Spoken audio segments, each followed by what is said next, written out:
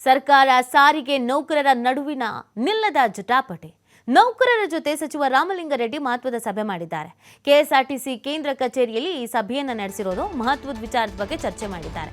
CM ಸೂಚನೆಯಂತೆ ಸಭೆಯನ್ನು ನಡೆಸಿದ್ದಾರೆ ಸಚಿವ ರಾಮಲಿಂಗಾರೆಡ್ಡಿ. 2 ವರ್ಷದಿಂದ ವೇತನ ಹೆಚ್ಚಳಕ್ಕೆ ಆಗ್ರಹಿಸಿ ನೌಕರರು ಹೋರಾಟ ಮಾಡ್ತಾ ಇದ್ದಾರೆ. ಸಾರಿಗೆ ನೌಕರರ ಜೊತೆ 4 ರಿಂದ 5 ಬಾರಿ ಸಂಧಾನ ಸಭೆಯನ್ನ ಮಾಡಿದ್ರು ಸಿಎಂ. ಆದ್ರೂ ಒಮ್ಮತದ ನಿರ್ಧಾರಕ್ಕೆ ಬರುವಲ್ಲಿ ಸಭೆಯಲ್ಲಿ ವಿಫಲ ಆಗ್ಬಿಟ್ಟಿದ್ದಾರೆ.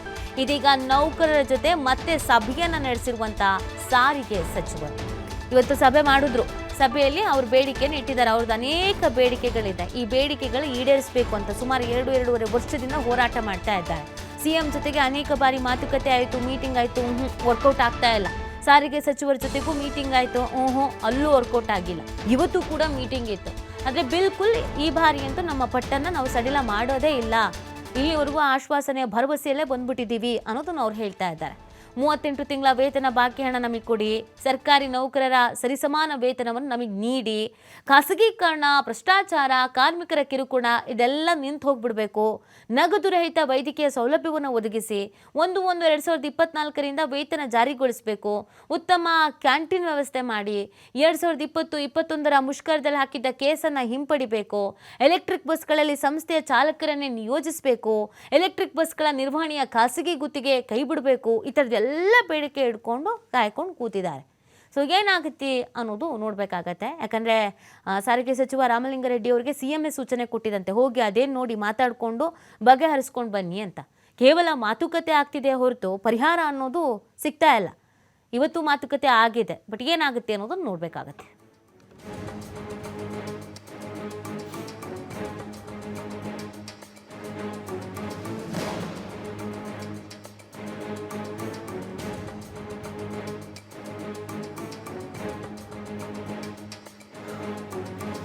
ಸರ್ಕಾರ ಮತ್ತು ಸಾರಿಗೆ ನೌಕರರ ನಡುವಿನ ಜಟಾಪಟಿ ಇದೀಗ ಮುಂದುವರಿತಾ ಇರುವಂಥದ್ದು. ಇವತ್ತು ಕೂಡ ಮೀಟಿಂಗ್ ಆಗಿದೆ.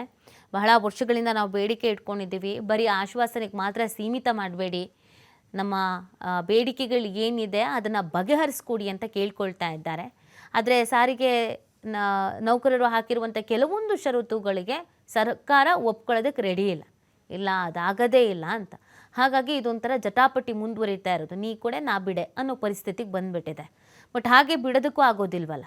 ಹಾಗಾಗಿ ಸಾರಿಗೆ ಸಚಿವರಿಗೆ ಸಿಎಂಎ ಖುದ್ದಾಗಿ ಸೂಚನೆ ಕೊಟ್ಟಿದ್ರು, ಹೋಗಿ ನೀವೇ ಮಾತಾಡಿ, ಅದೇನು ಕೇಳಿ ನೀವೇ ಬಗೆಹರಿಸಿ ಅಂತ.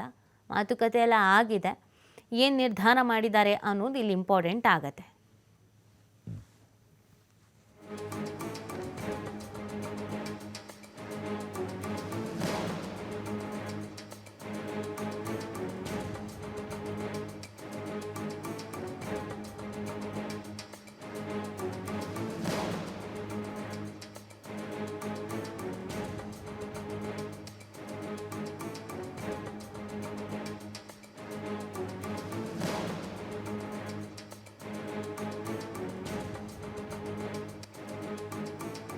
ಬಗ್ಗೆ ಮಾಹಿತಿ ನೀಡ್ತಾರೆ ನಮ್ಮ ಪ್ರತಿನಿಧಿ ಗಣೇಶ್. ಮಾತುಕತೆಗೆ ಸೀಮಿತವಾಗ್ತಾ ಇದೆ ಸಾರಿಗೆ ನೌಕರರ ಬೇಡಿಕೆ.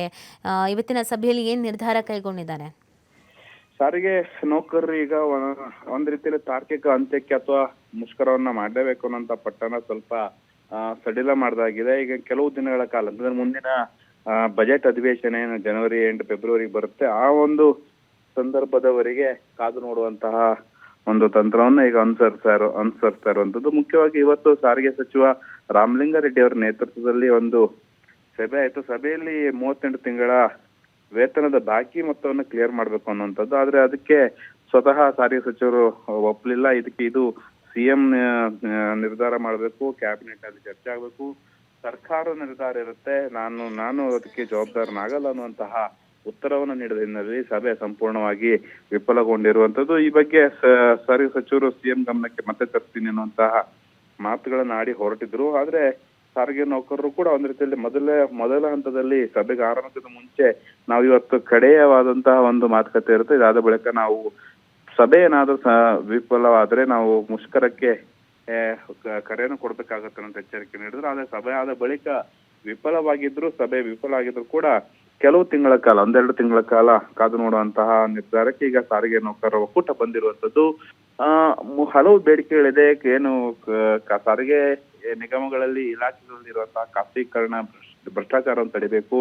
32 ತಿಂಗಳ ಹಿಂಬಾಕಿ ಅಥವಾ ವೇತನ ಬಾಕಿ ಬರಬೇಕು. ಹಾಗೇನೆ ಸರ್ಕಾರ ನೌಕರರಿಗೆ ಸಿಗುವಂತಹ ಸಮಾನ ವೇತನ ಸಾರಿಗೆ ನೌಕರ ಸಿಬ್ಬಂದಿಗಳು ಕೂಡ ಸಿಗ್ಬೇಕು ಅನ್ನುವಂತಹ ಪ್ರಮುಖ ಬೇಡಿಕೆ. ಇಲ್ಲಿವರೆಗೂ ಕೂಡ ಕಳೆದ 4-5 ವರ್ಷಗಳಿಂದ ಸಾರಿಗೆ ನೌಕರರು ಒತ್ತಾಯವನ್ನ ಸರ್ಕಾರದ ಮುಂದೆ ಮಾಡ್ತಾನೆ ಇದ್ದಾರೆ, ಬೇಡಿಕೆಗಳನ್ನು ಇಡ್ತಾನೆ ಇದ್ರು ಕೂಡ ಈ ಒಂದು ಪ್ರಮುಖ ಬೇಡಿಕೆಗಳು ಸರ್ಕಾರ ಮನೆ ಆಗ್ತಾ ಇಲ್ಲ, ಅದನ್ನ ಈಡೇರಿಸುವಂತ ಪ್ರಕ್ರಿಯೆಗಳಾಗ್ತಾ ಇಲ್ಲ, ಕೇವಲ ಸಭೆಗಳಿಗೆ ಮಾತ್ರ ಸೀಮಿತ ಆಗಿರುವಂತದ್ದು.